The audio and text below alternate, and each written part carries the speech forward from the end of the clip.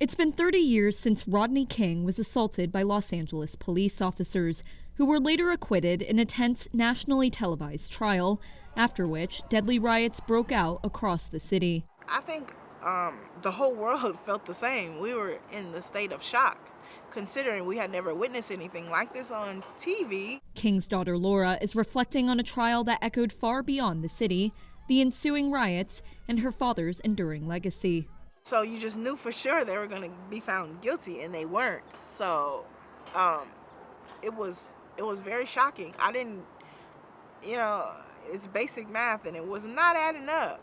Long before the rise of the Black Lives Matter movement, Rodney King's name became synonymous with police brutality after a bystander filmed him being assaulted by officers after a traffic stop in 1991. I was just watching on TV, and then I later figured out, based off of my family's reaction, that was my father.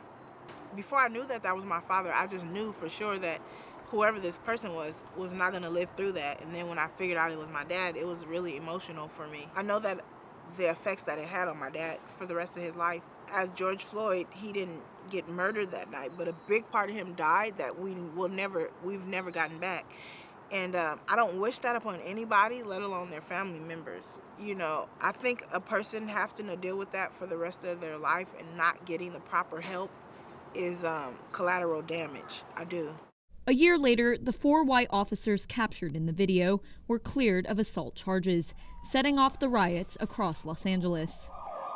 Can we all get along? And despite a famously televised appeal for calm from King himself, the riots would ultimately result in dozens of deaths and an estimated $1 billion in damage.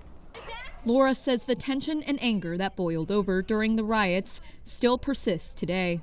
I don't condone rioting, but I understand it. I think a black man's life or a black woman's life would be a state of emergency, and it's not, so it's frustrating. 2 of the officers were later convicted on federal charges of violating King's civil rights and sentenced to prison.